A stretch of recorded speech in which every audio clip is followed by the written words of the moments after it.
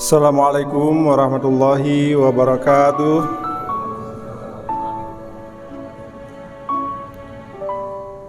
Alhamdulillahirabbil alamin. Wassalatu wassalamu ala asrafil anbiya'i wal mursalin wa ala alihi wa sahbihi ajma'in. Syukur alhamdulillah pada malam ke-27 kita masih diberikan kesehatan sehingga bisa hadir ikut bersama-sama meramaikan malam bulan Ramadan. Setahun 2 tahun yang lalu kondisi kita menyedihkan. Masih harus pakai masker, mau ke masjid ragu-ragu. Itulah nikmat yang diberikan Allah kepada kita, tetapi ketika sedikit saja dicabut, membuat kita terbatas beraktivitas. Kesehatan, nikmat kesehatan. Salawat dan salam kita sampaikan kepada junjungan kita Nabi besar Muhammad sallallahu alaihi wasallam, penghulu segala nabi, nabi terakhir yang membimbing seluruh alam semesta ini, bukan hanya manusia, bukan hanya hewan, tumbuhan, tetapi seluruh yang ada di dunia ini, rahmatan lil alamin. Kehadiran Nabi Muhammad merubah situasi, merubah keadaan. Manusia dari yang buta huruf, yang tidak beriman, yang jahil, menjadi manusia yang modern, berteknologi tinggi, beriman kepada Allah Subhanahu wa taala. Malam ini saya ingin mencoba menyampaikan tentang gemuruh literasi di bulan suci ini. Pada bulan Ramadan begini, kalau kita jalan masuk ke kampung-kampung, ke desa-desa, ke mana-mana, nyaring terdengar orang mengaji di mana-mana, pengajian, seolah-olah bergemuruh di seantero planet bumi ini yang beragama Islam. Kalau bulan-bulan biasa kita hanya mendengar sekali-sekali di masjid, di musola. Tetapi kalau bulan puasa begini, di rumah-rumah kita mendengar orang mengaji, membaca Quran.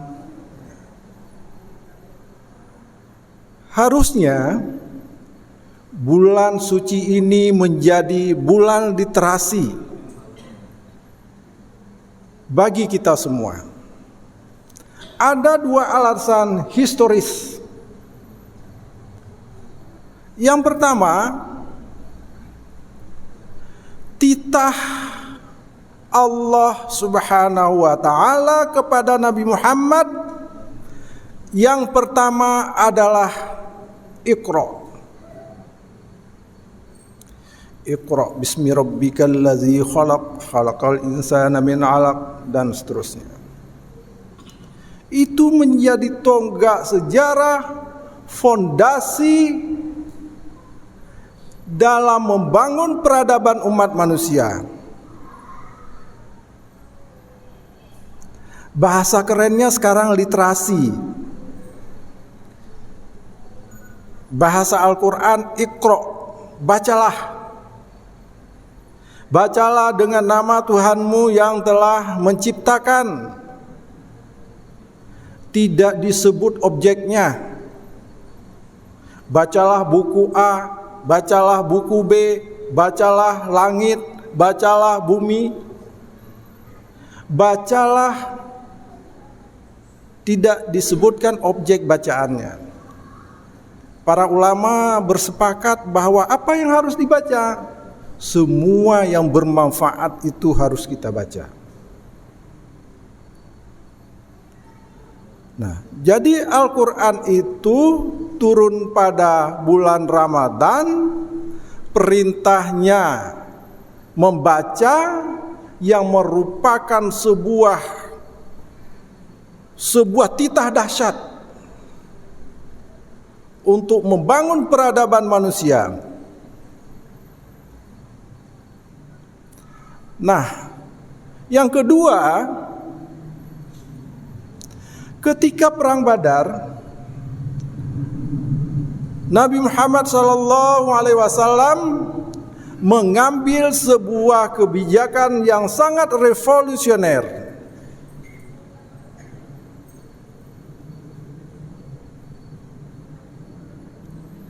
Apa kebijakannya itu? Tawanan perang Badar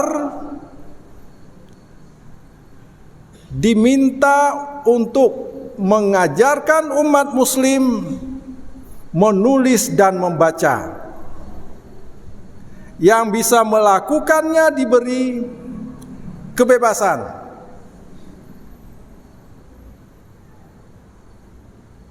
Jadi dari jauh-jauh hari umat Islam ini, Nabi kita Muhammad SAW telah mengambil kebijakan yang sangat revolusioner. Jadi tawanan-tawanan perang itu yang bisa membaca, bisa menulis, ngajarkan umat muslim untuk membaca dan menulis. Sehingga di kalangan umat muslim itu ada yang namanya Zaid bin Sabit yang ditunjuk kemudian sebagai penulis wahyu. Sejak itu Al-Quran ditulis, wahyu ditulis di mana-mana. Kemampuan ini sangat terbatas. Zaman dulu orang kalau mau memperbanyak Al-Quran bagaimana? Menulis. Belum ada teknologi fotokopi, percetakan dan sebagainya.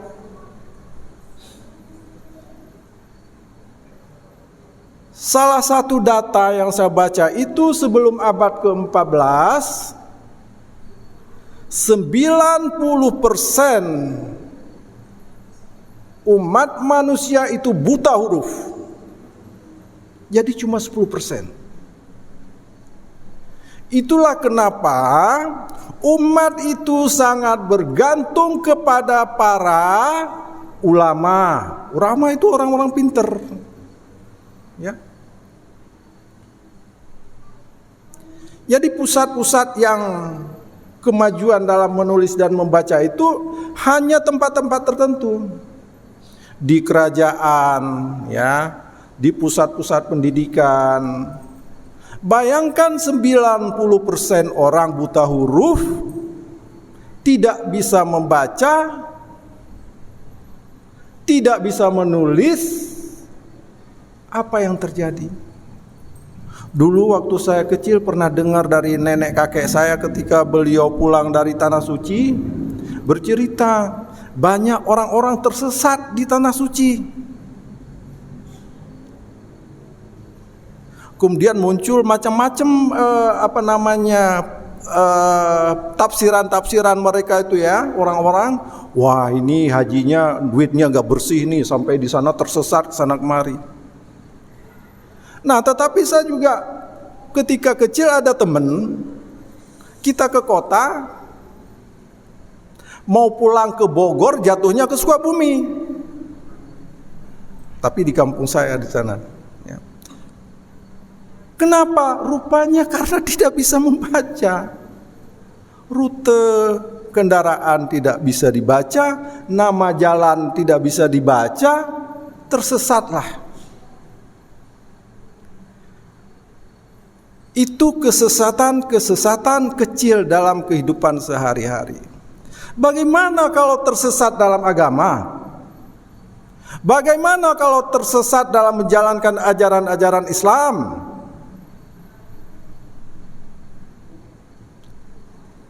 Karena tidak bisa membaca.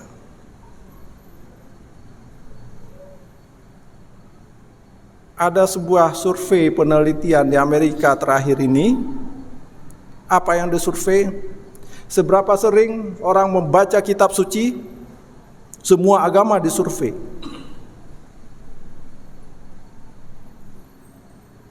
Ada yang tidak pernah terfikirkan lagi untuk membaca kitab suci. Jadi pandangan hidupnya apa yang dia lihat, apa yang dia rasakan. Way of life-nya sudah nggak tahu. Mau kemana arah hidup ini. Ada yang membaca kitab suci sebulan sekali. Ada yang seminggu sekali. Hanya sedikit sekali jumlah umat manusia yang membaca kitab suci.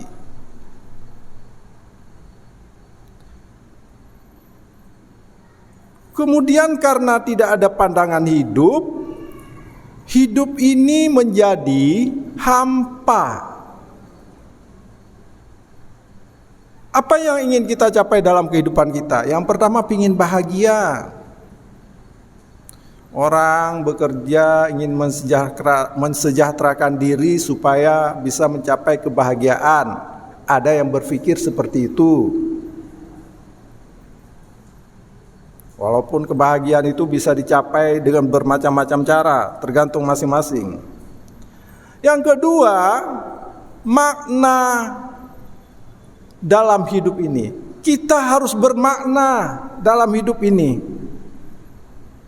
Kalau kita hidup tidak bermakna, maka hidup kita hampa, kosong, tidak ada isinya, nggak tahu arah tujuan hidup apa.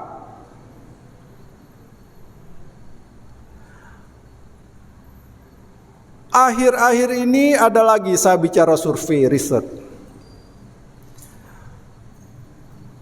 Setiap 20 detik satu orang bunuh diri. Dalam setahun ada 800.000 orang bunuh diri. Angka yang fantastis, melampaui angka kematian karena peperangan, karena kelaparan, karena penyakit. Jadi orang-orang seperti kehilangan arah hidup. Itu tadi tidak membaca ayat suci, kitab-kitab suci. Kemudian di Jepang, cerita di Jepang. Kemudian Perdana Menteri Jepang itu menunjuk salah seorang menteri untuk mengurus penduduknya yang merasa kesepian. Jadi ada kementerian kesepian di Jepang, itu pertama di dunia.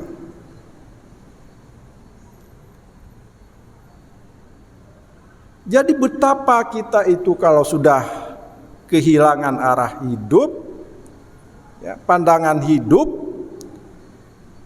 macam-macam kejadiannya.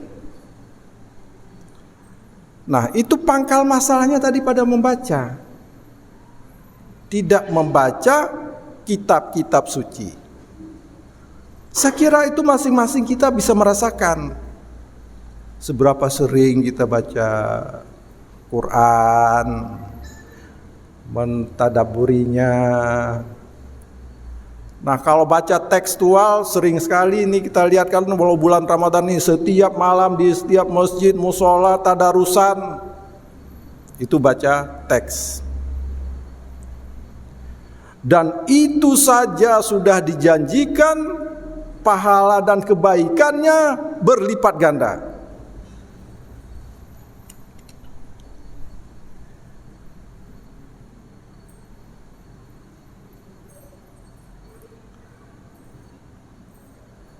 Barang siapa yang membaca satu huruf dari Al-Quran, maka ia akan mendapat satu kebaikan, dan satu kebaikan itu berlipat menjadi 10 kebaikan.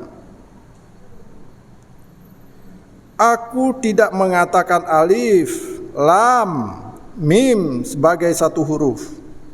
Akan tetapi alif satu huruf, lam satu huruf, dan mim satu huruf. Riwayat Bukhari. Motivasi yang diberikan kepada kita untuk membaca Al-Quran itu bacanya teks. Yang kedua, membaca secara kontekstual.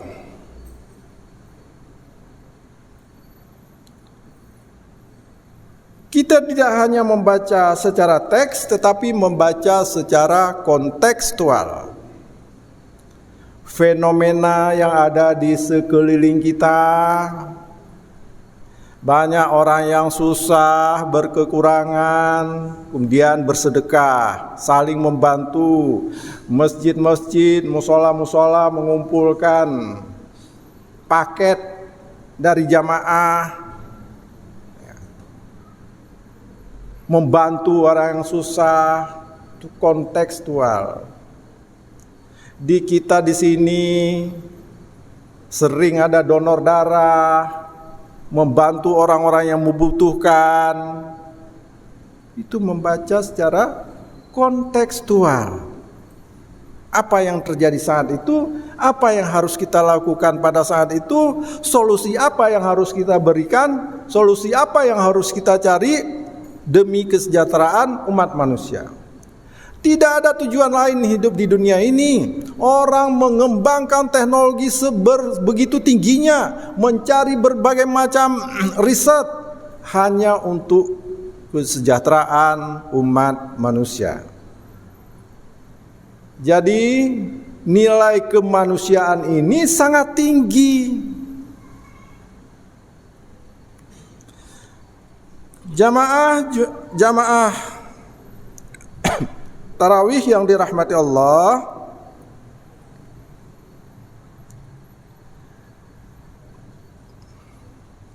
Allah telah menegaskan untuk memberi keunggulan bagi orang yang beriman dan berilmu. Keimanan dan keilmuan akan bisa diraih dan menjadi kokoh dalam diri dan kehidupan hanya ketika literasi atau iqra bergerak di dalamnya.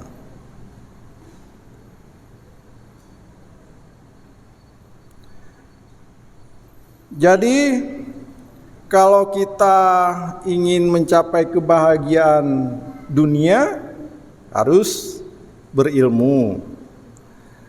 Mencapai kesejahteraan akhirat harus berilmu.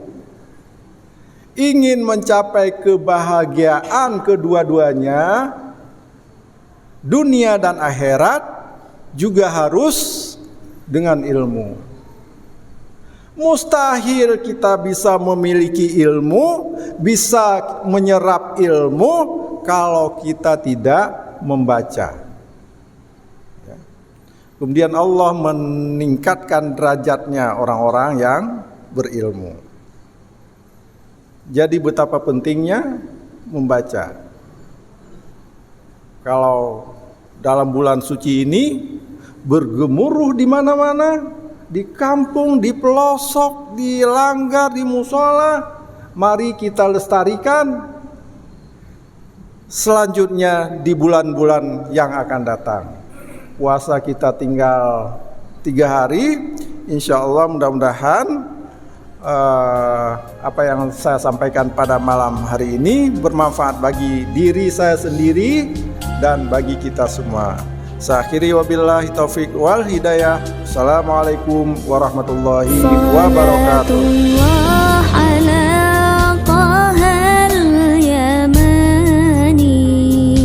Syafi'il khalqi fi yaumil qiyamah. Salatullah ala Tahal Yamani. Syafi'il khalqi fi yaumil qiyamah. Syafi'il